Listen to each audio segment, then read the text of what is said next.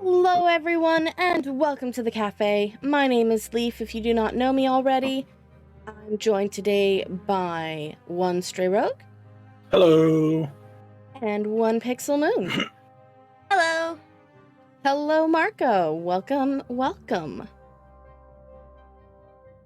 Oh god, I just jiggled myself into Disneyness. Bleh. Yeah. Careful about that. Go forward Got the energy. and back. Go forward and back. Forward Right. and back. Oh shit. Our unending journey updated. Yep, it updated today. What updated? It's a Final Fantasy XIV fan comic where it follows the adventures of 3 warriors of light that are obviously fan characters. As the basically they take place of the main character in all things that the main character would do. So, and that implies certain things about the end of the story, but I can't say that because that's spoilers. Dabs. It's not that uncommon for people to have multiple warrior lights. What did you just say? I said I don't have a subscription. That's okay. You don't have to subscribe to read the unending journey. Well, I meant for like no, I know. MSQ stuff. Go and continue. The spoilers that are in our unending journey aren't up to the point that Zach would be spoiled. Yeah, no, they're just barely tiptoeing into Heavensward. They're not even tiptoeing into Heavensward. They just finished ARR. And not the post-ARR. Yeah. So there's still that whole massive Arshafant mess has made to an deal with. appearance. Well, yeah, because he makes an appearance in A Realm Reborn. Yes, I know. I'm just bringing that up. Arshafant has appeared. That's okay. Okay, that doesn't mean anything, though. I mean, it means that he'll soon be gone forever. No, that means there's probably a good 5 chapters before that even comes close. Yeah, no, I just meant that, Arshafant has appeared in a comic, which is significant because, it's only been the scions and whatnot so far that are notable. I mean, no, they also had, some of the lesser scions who nobody knows about. I said the scions. Well, are there other characters that are supposed to be notable besides the scions? So I guess Nanamo, has made an appearance, and the Seed Seer and stuff, but, the thing is that they do not get, super spotlight, highlight, close scrutiny, because the 3 Warriors of Light take a different, less focal path to the one where, you are the Warrior of Light, you get told by your leader that they're going to do, they need to deliver a missive, and it's about the celebration of, to honor the 5-year anniversary of the Calamity, and being saved and whatnot, and a memorial service, basically. And so that's how you get introduced to the other leaders, but there was no sort of direct contact with Nanamo Unamo, Elder Seed Seer, Alban, or Merlwyb. Merlwyb hasn't even appeared, I think. Yeah, I don't even think she's been seen in passing, but, they have really nice in-depth stuff, because obviously the person who's writing the thing has also finished the game. One sec. Someone is speaking tongues to Zach. But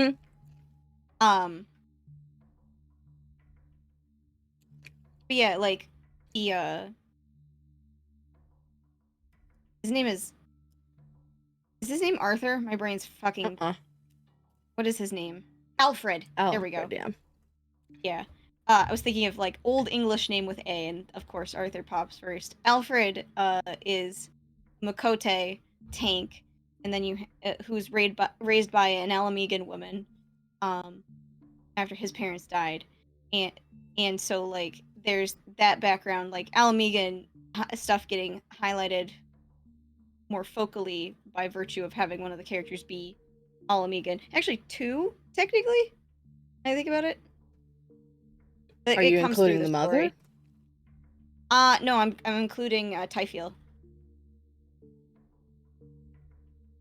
Typhoel's mom, if I remember right, is Almegan. Yeah, he's half Almegan. Yeah. That's right. I forgot about that. Yeah, I mean, it comes and goes in the story. Like, it's not like a like gasp revelation, but it gives context to why like he was an outsider to Gridania, and a bunch of other character relevant stuff. And then Mr. Smiley, who is hilarious and tragic, probably, considering the things that have been said in the comic about him.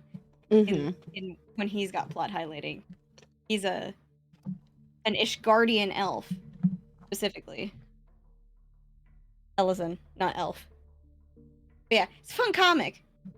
Highly recommend it. The author is very meticulous in both drawing and writing, very much in the vein of Ryoko Kui, who makes Dungeon Meshi. Oh. It's beautiful works. Anyway, that's all I have to say. I don't have any updates from my week, so that's all I can info dump about. We can talk about the thing we were talking about just before stream, which is fuck Adobe and fuck Pantone. Oh yeah, that's true. Yeah. How the fuck do you trademark colors? By being a loser.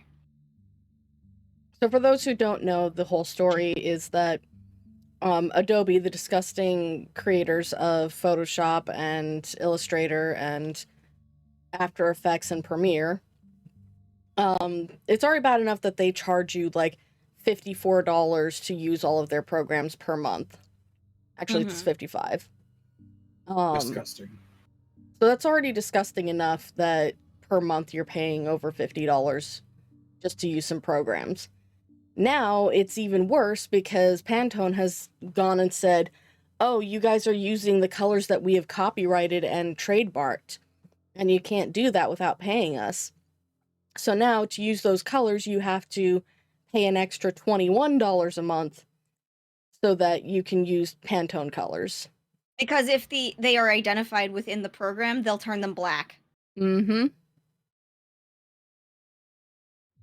Even if the file is 20 years old, like the fact that it backdates itself, like in the checking, is disgusting as well. Hey, Stuart Semple, that's right. Lol. M Tiger says Stuart Semple made a Freetone set of 1,280 liberated colors for free. Fuck yeah! Hey. Yeah. Stuart Semple is the man. He is. He's a major fuck capitalism guy. Yeah. Because he's the one who has like regular fights with Anish Kapoor, right?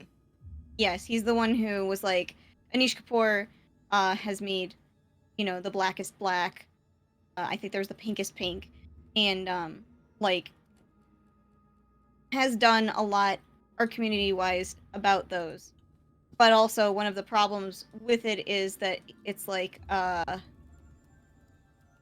do you call it? Once again, it's another issue of copyright and trademark. Yeah, and he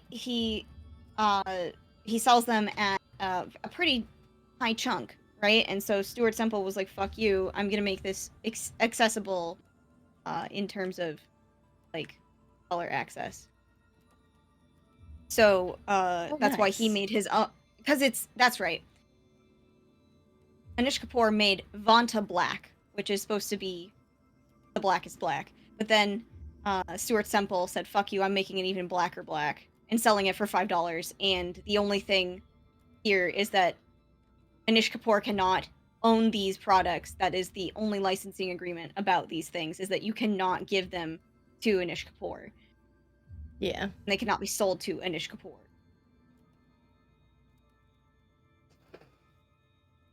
Artists are funny. You're a petty people. Oh, yeah. That's definitely for true. I mean, the whole AI art thing is a good example of how petty we get. Nightmarish thing I saw the other day was one of the guys who's been the prime example of a guy that they have stolen a bunch of artwork for reference, it like fed into the AIs, got a comment from a dude where it's like, which AI did you use? And he's like, I didn't. I painted it. And he's like, no, you're obviously using Midjourney or something. Like, you have to show your work if you didn't actually, to prove you actually didn't just throw it through an AI. And I was like, the fucking audacity of these people is astounding. Yeah. Because one thing that's terrible about this is because there's been so much abstract concept art fed into the AIs that they do actually mimic this guy's style fairly well. So if you at a glance didn't know that those things weren't just AI made, you would think that. It's just really weird that people are like demanding a showing of work. What's this fucking elementary school again? I know the fucking math. I did it in my head. Fuck off. Don't need to show you no work. What calculator I have? You have them all locked in the cupboard, Miss Anthony.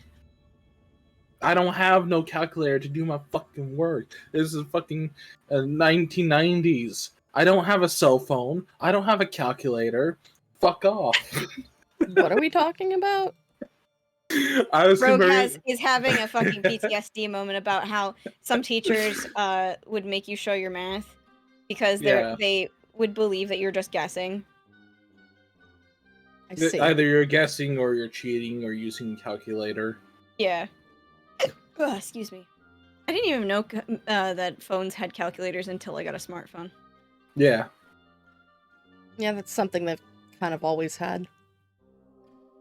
I mean, it makes sense. It's a small computing device, and like that's the first mini computer was for. Yeah. But it's like, I never understood that whole thing. It's like, I did the work. It's right there. It's correct.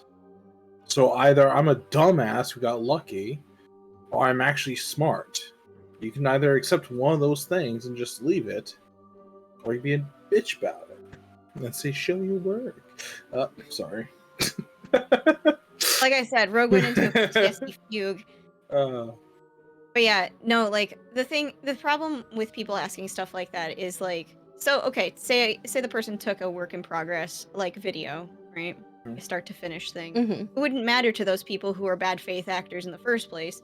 And then, like, you're just wasting your time. So there's no point. Like, it's easy to tell when somebody's using those in the first place because they're not hiding it. But also, even if they were hiding it, it'd be like, okay, well, do you live stream, like, at all? Like, you have work in progress? Like, if you ask those people, they'd just get weird. And if they did try to do it, well, your skills speak for themselves. Mm-hmm. I've been waiting for someone to just criticize me for the fact that I use 3D models to help me get proportions and stuff right. Dude, that's I mean, having references has always been a thing in art. Oh, but I straight up draw over the 3D model poses that I make. That's literally what two... okay, Yamano, a comic artist, also does that. Like, it's a streamlining thing. It's part of... You already know how to work these things. It's just an expedition, sort of, like, of work. You're skipping over the steps that would have been longer if you were doing, like, a by-sight sort of piece. And trust me, as someone who has had friends in the video game industry, it's actually more valuable for you to be able to draw over a 3D model than it is for you to freehand it. Because that makes converting... It's about accuracy. It also is about converting textures into easy to digest pieces so that they actually fit over the model and appropriately. Because trust me, having done Vroid modeling, a bad mesh leads to bad textures. You mean the regular ass fucking texture that came with Vroid? No, I'm talking about the mesh itself. Like, the meshes that they have in there are really bad. Yeah, the wraps are fucked in the back. Because, like, they don't match up at all where they're supposed to match up, so you think that you're doing it right when you're drawing on the actual, like, texture map, but then when you actually bring it into Vroid Studio, it's all kinds of fucked. Yeah. That's why I try to make like what do you call it? When I was making That's right. When I made the invader outfit for myself that has yet to see use, I still need to put it on. The thing I did to make sure where I wanted things was I just basically scribbled directly on the model so I could know where things were supposed to line up, and then I took the texture and exported it, the scribbly texture, and then I just painted over it in. Oh yeah, I do that too, and it still gets fucked up. Oh, I know it gets fucked up, like, but that's like as close as I could come up with for like fixing a problem that is not my fault. Yeah.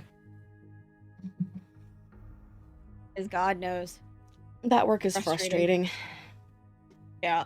But like I said, I'm just waiting for someone to call me out on that and say that, oh, you're not a real artist because you're tracing. It's like, I'm not tracing though.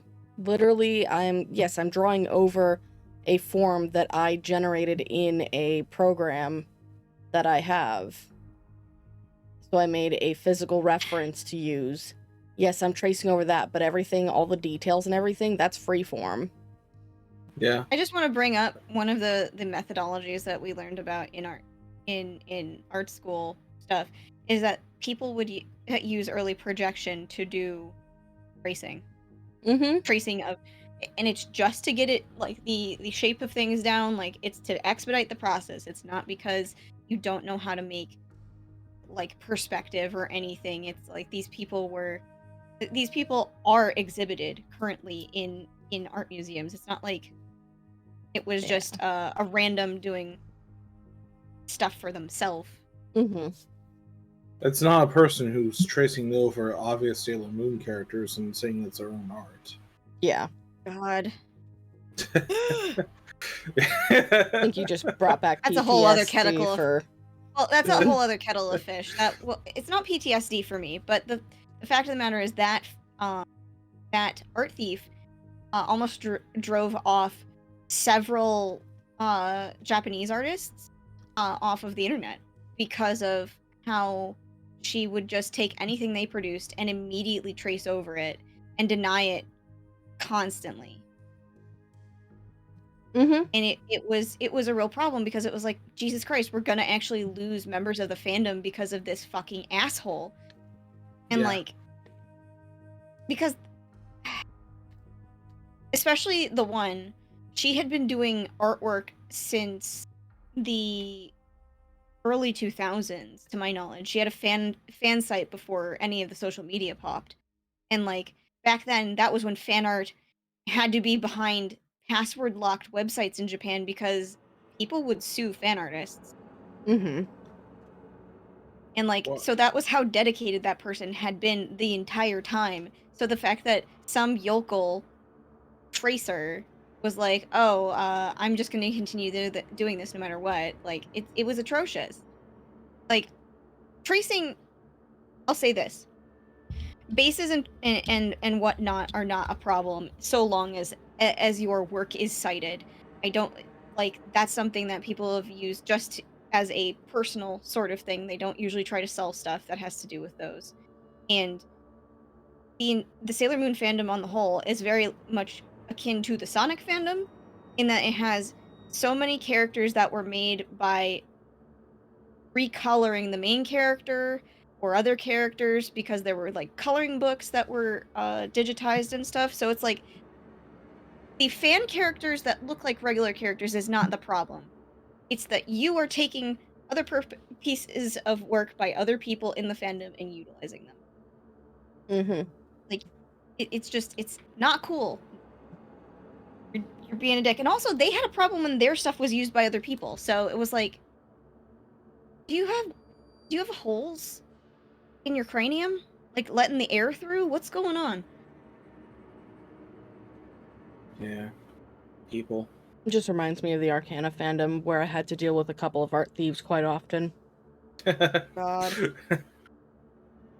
Namely, like, two of them. One would constantly...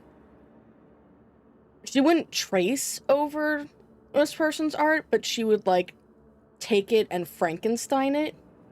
Oh yeah, the compositor that you showed me? Mm-hmm. That was really weird. Like, she would constantly... There were some parts that were actually drawn, and every time she was caught, she would just come back with a new apprentice. And continue doing the same exact thing. Right. And she'd keep getting caught by the artist, and that artist would make a call-out post on it. Because the artist tried to talk to her, but she eventually just blocked that person. Like, blocked the artist. Yeah. Then there was the one who traced over Timmy's artwork. Except it wasn't a full trace over, but it was like almost identical concepts going on. Yeah, I remember. And similar poses, similar lighting, similar everything. There was also similar outfits. Yeah. Which was one of the things that stood out.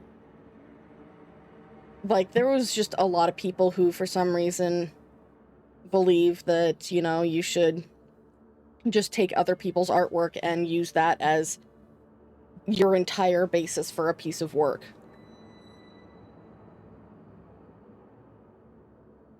What was the name? It's a whole thing. What was the name of that one guy who created the Fairy Hard Parents? Hartman? Mm-hmm. Yeah, Butch Hartman is a tracer. Yeah. Yeah. Butch Charge people $200 for traced art. Yeah.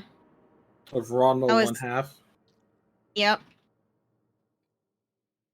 Sounds about right. It just makes me want to bite things to death.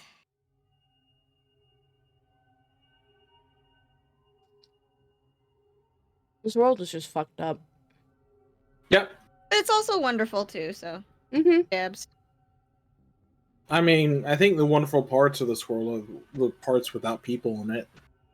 Nah. I mean, yeah, but like, because nature's not... Okay, I mean, I'm not knocking nature, but I mean, like, if we're talking about wonderful things that human beings do, nah, because, like, there's so much. Right. It's hard to, like, pick out something. Like, because I was just thinking about, like, the coral reef, right? Is being, recovered from damage because they developed a way to expedite the growth of coral by very specifically cutting pieces of coral. And moving it around? No. Like, if you cut it to in a certain way, it will just regenerate twice as fast. So now the coral reef is actually well on its way for, like, a kind of, recovery, and it's fucking awesome. So it's like shaving. Like, yeah, a little bit. Yeah, Tigris is right. It's strategic breaking. It, for some reason, just makes the coral go fucking apeshit. Like, and that's... The conservation effort from before was, like, it was taking 10 to 20 years to get the coral to get to an adult size. But this was... Specifically, it just expedites the process really good. That's good, actually. Yeah. Like, that makes me so fucking happy, because, like... Granted, we caused the problem, but, like, there's reversals happening all the time. Like, they've discovered mushrooms that can consume plastic. Ooh. Like actually, like, dissolve it into yes. like... Damn. It's breaking down everything and eating it, which the mushroom obviously would not necessarily be, let's say, edible to us, but it doesn't mean that it's not going to improve the situation of, like, excess plastics. Right, but we could, in turn, like, have mushroom consume plastic, safely get rid of mushroom, grow more mushrooms that eat the plastic, safely get rid of the mushrooms. Exactly. Plastic eating mushrooms, I mean, maybe. I mean, the one are thing we made of plastic? Small parts of us, depending how many surgeries you've had. I mean, we do have actually a certain amount of microplastics in us. Yeah, but I meant that more on the level of, how do you say this? Inserts and stuff. Like, there's people with metal hips and whatnot and things like that, so it's like, are there people with plastics in them presently? I'm not sure. I mean, depends if they're mid-coitus or not. That's not plastic. There's a fallacy there, and that's the fact that it's not plastic. There's a phallus. I know it's not plastic, but There's a phallus. I wanted to make the joke anyway. Shot your shot. Also, just thinking about that being plastic makes me cringe. Shot my shot. It just makes me think of like a squeaky noise. I'm removing you. Don't remove. I'm removing you for saying cream my pie. What? Yeah, he muttered that under his breath. I'm killing him. I killed him.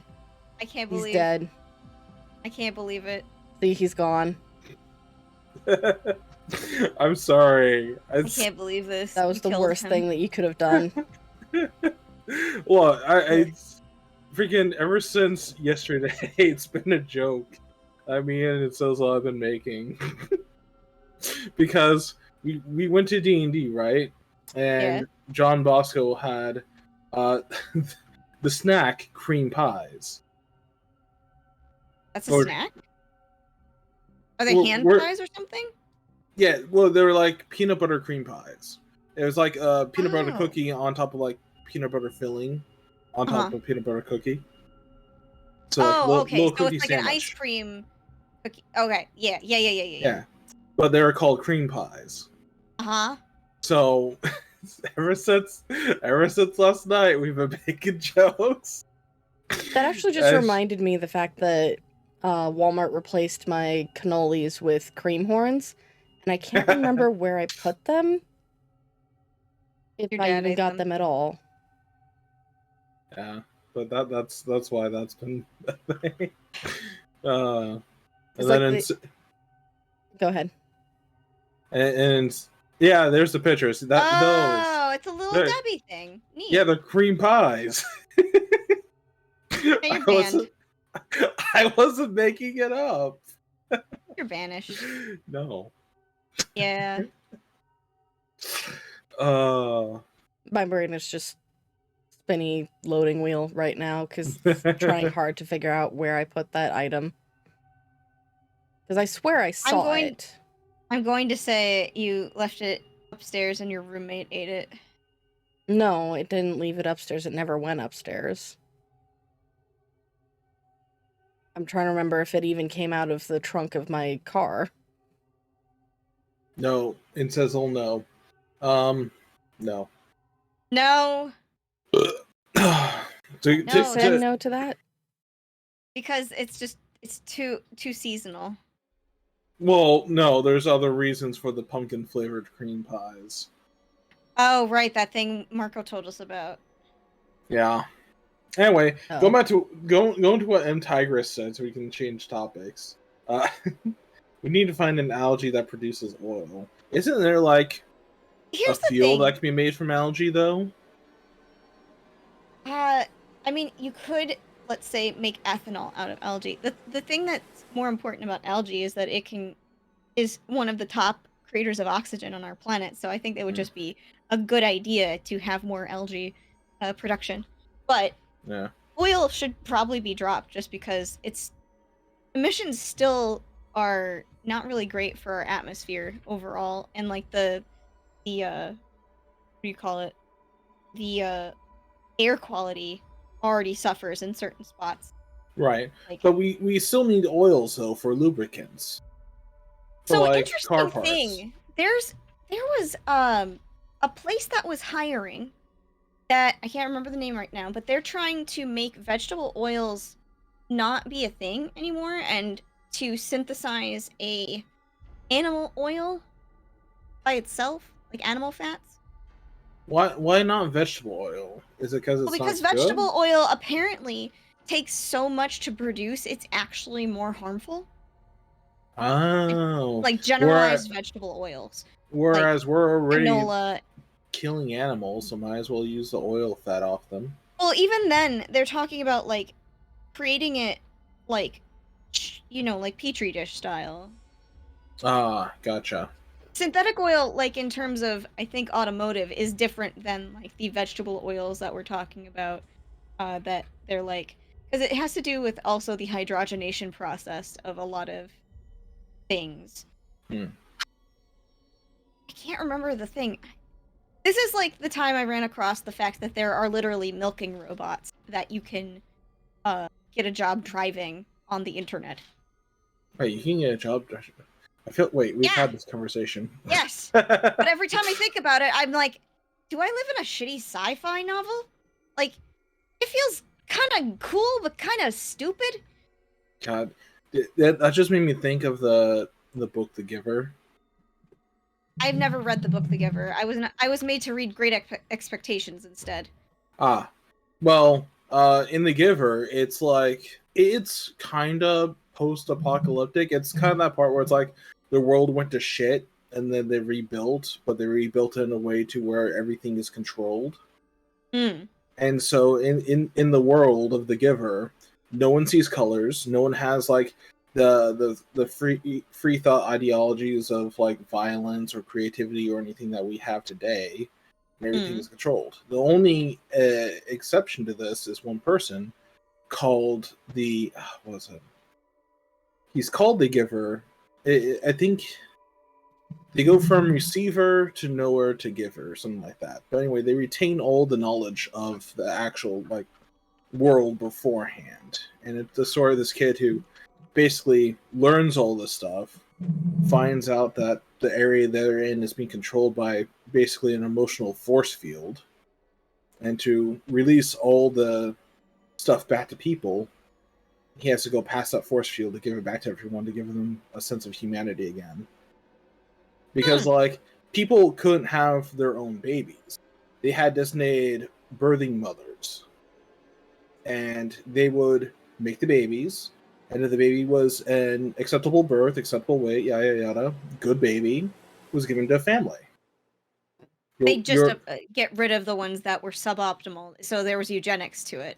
Yeah, well, they don't just get rid of them; they euthanize them and throw them down a chute. Yeah, so like I said, they get rid of the ones that are suboptimal, so it's eugenics. Yeah. Disgusting. Yeah, the movie is pretty good. It's on Netflix right now. I mean, something about that reminded me of a short story where people became books. Because the book burning became such a problem that in the future books of importance are gone, and basically there's nothing out there to read except for what the government hands you. So like the library, Book of Eli kind of stuff. I don't know. I've never seen it, but basically I think the protagonist in the story becomes one of the quote-unquote librarians because he goes and becomes like the next book, because this one woman is dying who they think they even had the names of the books, kind of thing. But yeah, they become oral historians. Oral librarians, I suppose. You're charged with one book. It was interesting. So same kind of concept then, but more people. Yeah. Is this just points within... This is probably just points within the thingy. What's up? Something's broken. No, I'm looking at something.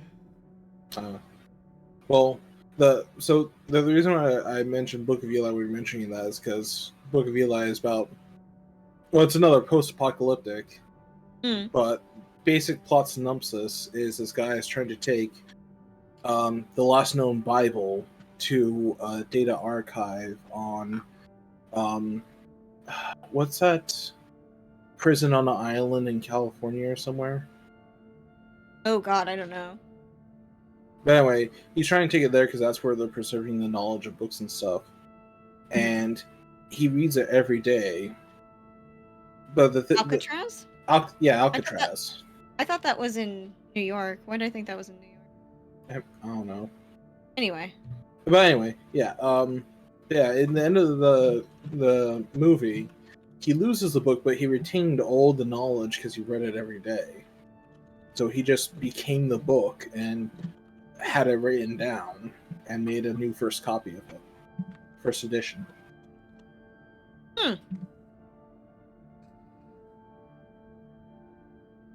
Yeah. Fun movies. Well, not fun movies, but cool movies. No, it's with interesting. Cool like, you know, it's one of those things. Yeah. Anyway. Sorry, I forgot something, or rather, someone else forgot something, so I need to see if I can log on to Final Fantasy real quick. Oh, I gotcha. I was gonna be like, is it Irritated. me for a second? But it's like Final Fantasy. It's like, no, that's not me. Can't be me. Not yet. No, it's someone from one of the clubs that I usually work at, and I told them I'll be available before 5 p.m. PST, and they'd send me a message at 6:24. Like, you are like an hour and 30 minutes late. Yeah.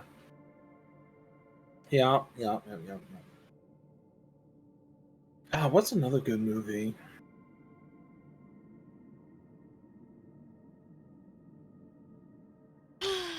Secondhand Lions. Second Lions is a good movie. Freaking, I love the fact that I cannot with the news today. Guy from Critical Role. Oh yeah. What's his face? Travis Willingham. Travis Willingham. Got fucking clocked.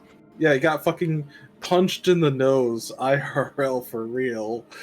And so many times. He just had to by deal Robert with Duvall. it. Fucking. That's the fucking funniest thing.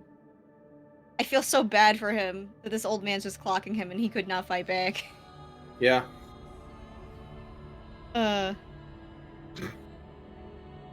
Oh, our stream view has switched to Final Fantasy.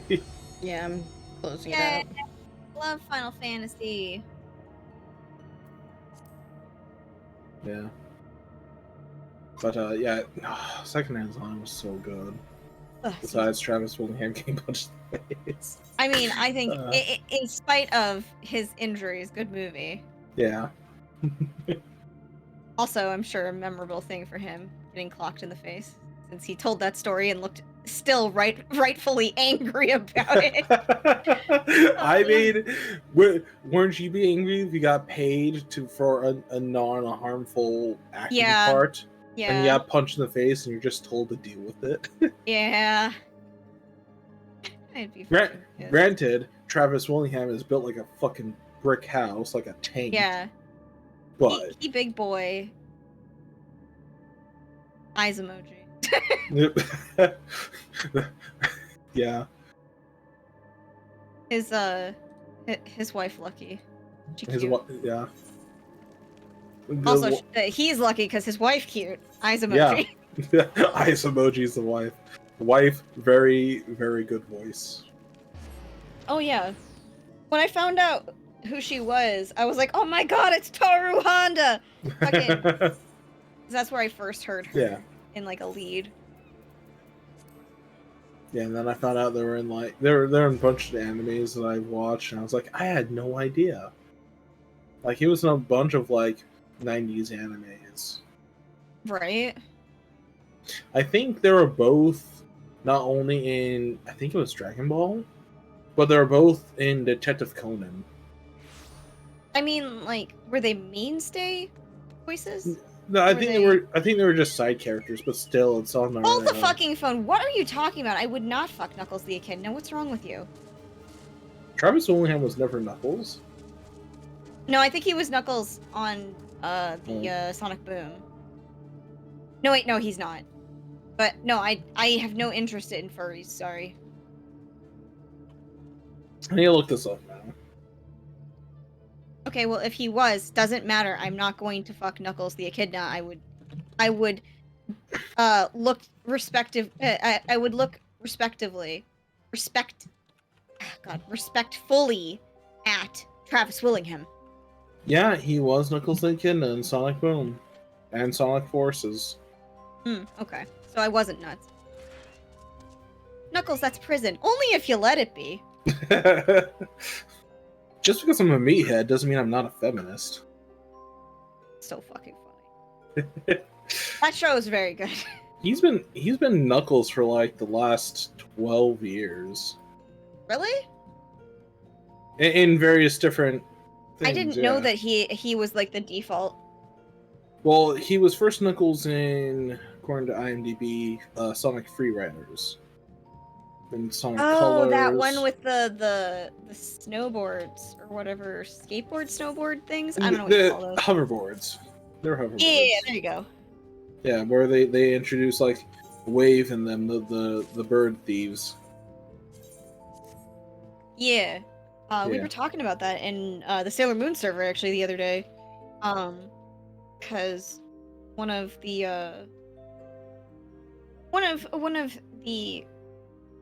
mods, if I remember right, is a big fan of Sonic stuff. So they were talking about, or he was specifically talking about how he wanted to mash his hyper focuses together and do a Sonic version of the Sailor Animates, excuse me. And two of them are bird based, so. Gotcha. Yeah. God, so many good things. The second Sonic movie was good. I watched that recently. I still have not seen either film. It's good. I mean, that's what Scott told me. So like I buy into the idea of it as a good children's movie. I'm so terrible at watching stuff. It just takes me forever. Unless it's my hyperfocus, which then I'm laser focused. So yeah. You know. Like I'm waiting for Sailor Moon the final movie to come out. Like Jones and Fort real hard. Well, there's other good animes to watch in the meantime. Oh, I know, but I'm a lazy son of a bitch who only wants to think about Sailor Moon. That's fair. Like, I am pathetically, like...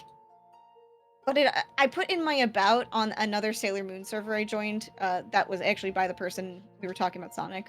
That I'm like, at all times, I am rotating the concept of Sailor Moon in my mind. And it's true. It's all I basically think about, like, on the down low, like, because it's just... It gives me all of the serotonin.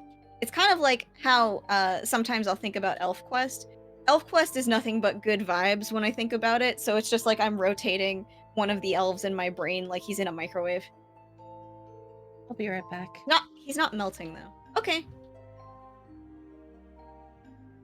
Yeah, that reminds me. By the way, read ElfQuest. Yeah. It's free online. From the creators. Anyway. What does it remind you of, Zach? That waifu thing I've been talking about, the waifu bot. Yes. Let's see. I got a Sailor Moon character recently. I'm trying to remember who it was. Give me a description and I will tell you. I can actually get the name. I'm just trying to find out how to bring up the list. I want to guess. What's their colors? Yellow, like gold. Is it a villain or is it Sailor Venus? It's a villain. Is it Mehmet? Oh no, it's Galaxia. Okay, you got Galaxia. That was my first thought, but I was like, one of the biggest waifus that actually came out of Sailor Moon is Mehmet. So, like, okay. Yeah, Galaxia is fucking the final boss in Sailor Moon.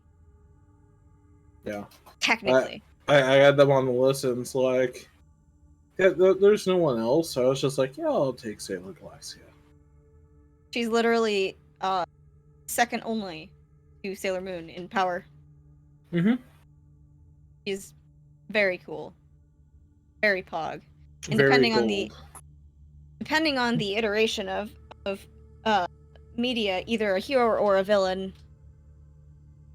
Because in the anime, she was a hero that took the evil inside of herself and then became corrupted by it. But in the manga, she's... Welcome back. She's a bad guy through and through. So I found my cream horns and my Milano cookies and my chocolate. Because they were all in one bag. Nice. On the floor of the garage. Pog. I just missed my roommate. I just missed it because I wasn't looking properly.